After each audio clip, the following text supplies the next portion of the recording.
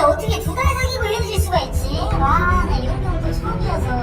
그러니까 내가 가지고 놀았다는 생각밖에 안 드는 거야. 정말 상상도 못한 행동을 할 거예요, 정말로. 내가 이 정도로 나도 미친놈일 줄, 스크래치를 낸 거잖아, 나한테도. 그러면 나도 똑같이 스크래치를 상대방 쪽에 엄청 크게 낼 거야. 일단 내가 가질 수 있는 강력한 무기라는 방송이란 무기가 있잖아요. 자, 이것들 다 가져가라고 전해줘. 생리대 이것도 가져가시고, 이것도 생리대 가져가시고, 이 화장품도 다 가져가세요. 아니, 이게 왜 성적으로 수치심을 느끼는 거야, 이게. 말도 안 되는 소리를 하고 있네.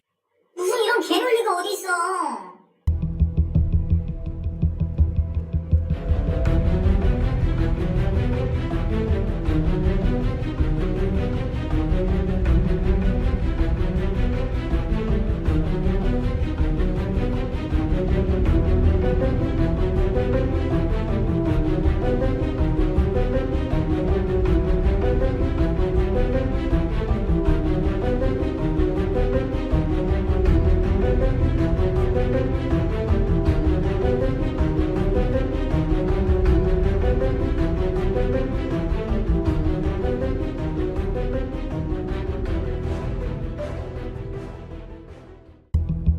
안녕하세요.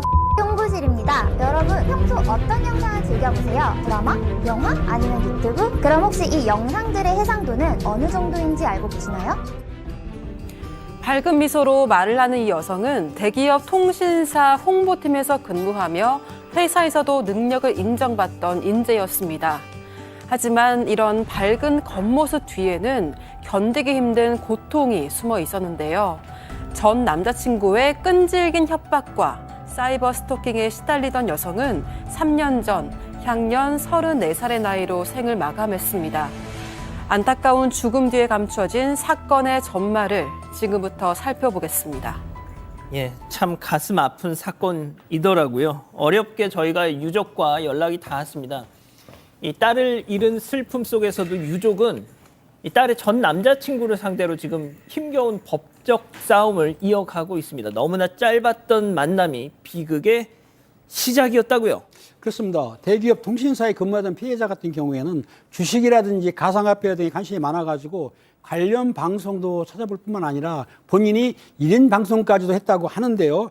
근데 이제 그 누적 그 시청자 수가 316만이나 달하는 금융투자 그 BJ를 알게 됐고 아마 합동으로 방송까지도 했다고 합니다. 그런데 2020년 2월부터 그 BJ하고 교제를 했는데 2개월 동안 그런데 하다 보니까 안 맞는 거예요. 그래서 그해 4월에 그 BJ한테 헤어지자고 통보를 했다고 합니다. 자, 금융 투자 분야에서 약간 그래도 지명도가 있는 BJ, 남자 BJ와 2개월 동안 교제를 하다 이 고인은 결별 통보를 한 겁니다. 자, 그런데 진짜 문제는 그 이후부터였어요. 자, 지금부터 보실 영상은 5년 전 그 남자 BJ가 자신의 인터넷 방송을 통해서 피해자에 대해서 언급한 내용 중 일부인데요. 먼저 체크포인트 짚어보죠. 자, 폭로방송. 피해자에 대해서, 그러니까 고인에 대해서 폭로방송을 했다는 건데, 자, 유족은 최근에서야 고인이 된 딸의 노트북 암호를 풀고 처음으로 그 방송을 직접 보셨답니다. 딸이 생전에 얼마나 큰 고통을 겪었는지 짐작할 수 있었다는데요. 자, 그 영상 처음으로 공개합니다. 직접 보시죠. 아니, 근데 어떻게 두 달 사귀고 헤어질 수가 있지? 와, 나 이런 경우도 처음이어서. 그러니까 내가 가지고 놀았다는 생각밖에 안 드는 거야. 정말 상상도 못한 행동을 할 거예요, 정말로. 내가 이 정도로 나도 미친놈일 줄, 스크래치를 낸 거잖아, 나한테도. 그러면 나도 똑같이 스크래치를 상대방 쪽에 엄청 크게 낼 거야. 일단 내가 가질 수 있는 강력한 무기라는 방송이란 무기가 있잖아요. 자, 이것들 다 가져가라고 전해줘. 생리대 이것도 가져가시고, 이것도 생리대 가져가시고, 이 화장품도 다 가져가세요.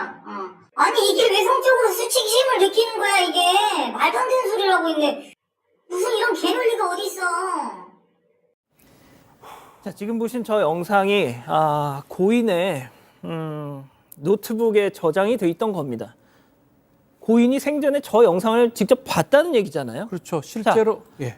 변호사님, 박 변호사님, 나와 교제 중이던 시절에 내가 어떻게 해서 그쪽에 남아있던 내 물건을 저 남자가 막 방송에서 말이죠. 수백 명, 수천 명이 보는 방송에서 막 흔들어 보이면서 말이죠. 예, 수치심, 모욕감 아마 그런 것들을 많이 느꼈을 것 같은데 실제로 지금 본 것처럼 영향력이 있는 BJ입니다. 가해자는 자신의 방송이 무기라고 본인도 표현을 해요. 거기서 교제를 강요했는데 거절당하자 아마 복수를 좀 한 것 같아요. 복수 의미에서 개인 방송을 하면서 게시판 뭐 또 대화방 오가면서 여러 가지 말들을 합니다. 그 방송 중에 지금 5월 1일 날 2020년 5월 1일 날 방송인데 억울함을 푼다 뭐 하면서 진실, 증거 이런 얘기를 합니다. 그러면서 우리 둘 간의 관계를 폭로하겠다라고 하면서 특히 유튜브 영상 찍어서 이것을 평생 박제하겠다고 얘기하면서 모든 것을 공개하겠다라고 협박한 상황이고요. 좀 봤지만 개인 어떤 여성 용품이라든지 이런 걸 꺼내서 이렇게 보여주면서 이 보는 시청자들한테 어떤 또 이 피해자한테 상당한 모욕감을 지금 주는 상황이거든요. 그래서 계속 만나자라고 계속 헤어지지 말 만나자고 요청을 했는데 결국은 이 피해자 입장에서는 대화를 거부하고 만나지 않겠다고 계속 얘기를 했었고요. 답장을 하니까 결국은 변할 수 없냐라고 하니까 결국 협박하고 이런 것들을 계속적으로 반복을 한 겁니다. 예, 저희가 이제 유족의 허락을 받고 고인의 이름을 앞서 보신 그 CG에서는 잠깐 보여드렸습니다. 자, 그런데 피해자에 대한 근거 없는 폭로, 당시만 해도 살아 계셨던 피해자에 대한 근거 없는 폭로는 방송으로 그치지 않았습니다. 맞습니다. 가해자는 2020년 5월 1일 폭로 방송 직후에는 약 30개 언론사 기자들에게 허위 제보까지 했는데요. 제보 이메일 내용은 이렇습니다. 데이트 폭력 관련해 제보하려고 연락드렸다. 연인 사이였는데 욕설과 무지로 정서적 학대를 받아서 음성 파일도 많이 갖고 있으니까 취재를 부탁드린다라면서 욕설받은 내용은 방송에 내보내겠다는 이유로 제가 피해자인데도 사과는커녕 카톡 공개로 명예훼손을 고소당했다. 이렇게 적었습니다. 또 밥도 제대로 못 먹고 살도 7kg이 빠졌다면서 피해자 회사 앞에서 1인 시위 예정 중이다. 연락 부탁드린다는 취지로 보내는데 실제로 기사화된 곳은 없었습니다. 이뿐만 아니라 피해자가 대기업의 홍보팀에서 근무하는 사실을 악용을 하기도 했는데요. 회사 윤리경영실 게시판에 연인 관계였던 피해자에게 욕설과 무시 등 정서적 학대와 데이트 폭력을 당했다. 자신을 만날 때 법인카드를 사용한 것 같으니까 카드 사용 내역을 조사해달라는 취지의 글을 올렸습니다. 하지만 내부 조사 결과 혐의가 없었고요. 언론사 허위 제보 또 회사에 보낸 메일 때문에 피해자는 당시에 정말 큰 스트레스를 받았습니다. 자, 양 변호사님, 자기 방송에서 날 음해하고 또 30개 언론사에 메일을 보내서 내가 저 여자 때문에 뭐 어쨌다 했다 막 그런 허위 제보를 하고 세 번째 그 내가 다니는 회사에 제 법인카드 조사해봐라 또 이런 투서를 보내고 자, 이 고인은 당시 그 남성 BJ를 명예훼손, 강요미수 등으로 고소하셨대요. 심지어 직접 이 법학 공부를 하면서까지 이 소송을 준비하셨대. 그렇게 소송이 무려 2년간 진행이 됐는데 자, 그렇게 해서 나온 판결, 선고 생각과 많이 달랐다고요. 일단 1심에서는 징역 1년에 집행유예 2년이 나왔습니다. 굉장히 큰 충격을 받았다라고 하고 피해자가 그 와중에 집행유예를 왜 받았는지를 살펴보고 또 한 번의 충격을 받은 게 이게 가해자가 그 사이에 결혼을 했대요. 아니 가해자는 지금 자기는 어디 밖에 떠들면서는 뭐 이 지금 제보자 사연자 때문에 피해자 때문에 아니 저 와중에 결혼을 했다고요? 네, 정신적 스트레스가 있고 뭐 이런 얘기를 했다라는데 그러면 그 와중에 결혼을 했다고 있을 수 없는 일이잖아요. 그냥 일방적으로 자기 억지를 부렸다라고밖에 볼 수가 없는데 그 감경 사유에 결혼해서 그 아내가 임신했다는 게 감경 사유로 들어가 있으니까 얼마나 이게 어처구니가 없었겠어요. 피해자도 그 사실을 자기의 직장 상사에게 알리면서 너무나 황망하다 이런 얘기를 했다라고 지금 아버님은 말씀을 주고 계시고요. 항소를 했습니다. 항소를 했고 이게 이 실형 못 받은 데서 굉장히 큰 충격을 받고 그 당시에도 이미 사회적으로 좀 알려서 당시에 검찰총장이 항소심에서는 보다 엄중한 처벌이 이루어질 수 있도록 최선을 다하겠다 이런 입장까지 밝혔었고요. 그런 와중에 사실은 극단적인 선택을 시도를 해서 의식불명 상태에 이미 또 빠졌습니다. 그러고 나서 결과는 피해자가 사망한 후에 나왔어요. 사망한 후에 나왔는데 그때도 징역이 2년 6개월로 늘어나긴 했지만 역시 집행유예 4년으로 선고는 그대로 확정이 되고 말았습니다. 유족분들에 따르면요, 저 가해자 끝내 한 번도 미안하다고 사망에 대해서 미안하다고 하지 않았다라고 합니다. 이 고인은 생전에 이 가해자가 항소한다는 소식을 듣고 진짜 이 사람은 끝까지 죄를 인정하지 않는구나라면서 엄청나게 낙담하셨다고 해요. 하루하루 불면증, 우울증, 고통의 나달. 왜 아니겠습니까?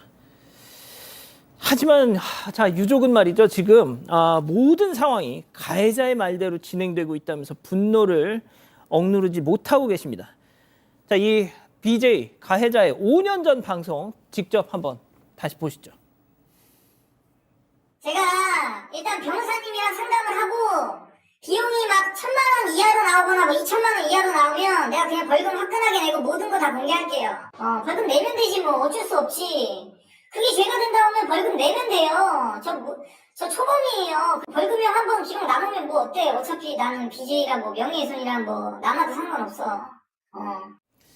자, 앞서 전해드린 것처럼 형사는 집행유예가 나왔으니 유족은 이 가해자의 범행이 딸의 사망에 영향을 미쳤다는 걸 인정받기 위해서 민사를 제기하셨는데 그건 어떻게 됐습니까? 네, 유족은 피해자가 스스로 생을 마감한 이유가 가해자의 불법 행위 때문이라는 점을 인정받기 위해서 민사소송을 제기했습니다. 치료비, 장례비, 그리고 딸이 살아있었다면 앞으로 벌어들였을 예상 수입과 경제적 손실 등을 포함해서 5억여 원을 청구를 했는데요.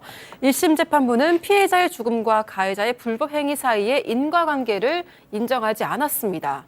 1심 재판부는 가해자 범행과 피해자 사망 사이에 3년이라는 시간이 있었고 그 사이에 정상적인 생활을 했으므로 인과관계를 인정하기 부족하다고 판단했는데요.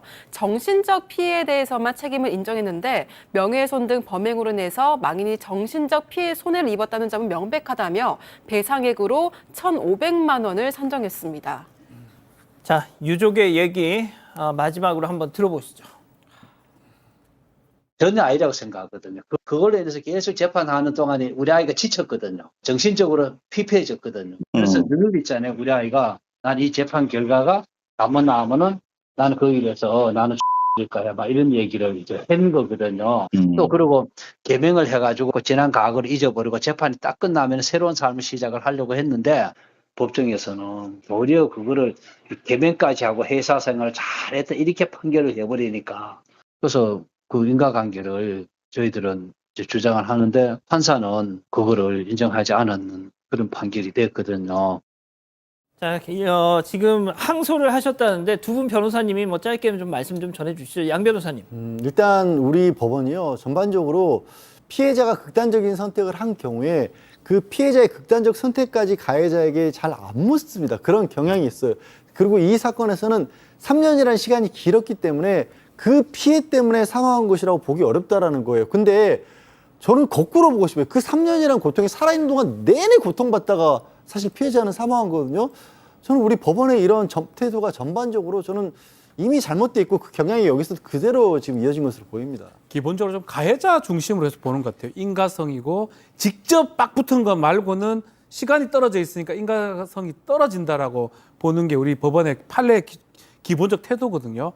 피해자 중심으로 봐야 됩니다. 피해자가 어떻게 느꼈고 왜 이게 시간이 끌어졌는지를 본다면 인과성이 저는 인정되는 게 오히려 맞지 않나 생각이 들고 법원의 좀 태도가 좀 바뀌어야 되지 않나. 뭐 유사한 사건도 대부분 비슷합니다. 시간이 길어지면 그런 것들은 좀 필요해 보입니다. 그러니까 중간에 그 인과관계라는 게 단절될 만한 사정이 있었으면 새로운 삶을 시작했다가 갑자기 다른 길로 만약에 극단적 선택을 했으면 인과관계가 없지만 그렇죠.